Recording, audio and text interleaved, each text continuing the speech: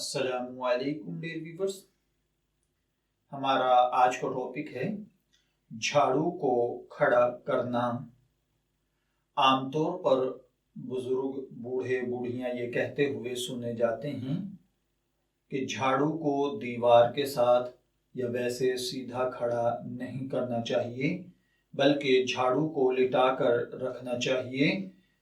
اور ان سے یہ بھی سننے میں آیا ہے کہ جھاڑو کو کھڑا کر دینا نحوست ہے۔ اس کے ساتھ گھر میں بیماری، نحوست، تنگ دستی، لڑائی جھگڑا پیدا ہوتا ہے۔ آیا کیا اس کا شریعت کے ساتھ کوئی تعلق ہے یا نہیں؟ قرآن پاک کی کسی آیت میں یا آقا صلی اللہ علیہ وآلہ وسلم کی کسی حدیث مبارکہ کی روشنی میں کیا یہ بات ثابت ہوتی ہے یا نہیں؟ تو دیکھیے بھائیوں اور بہنوں، جھاڑو کھڑا کرنے کی شرعی طور پر کوئی حیثیت نہیں ہے، یہ فقط توہم پرستی ہے۔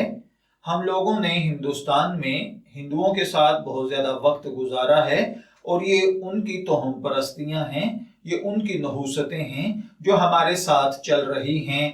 شریعت میں اللہ تعالیٰ نے نہ قرآن پاک کے اندر کہیں فرمایا ہے اور نہ ہی آقا صلی اللہ علیہ وآلہ وسلم کی کسی حدیث مبارکہ سے جھاڑو کھڑا نہ کرنے کا درس ملتا ہے۔ اس حوالے سے شریعت شائستگی کا حکم دیتی ہے۔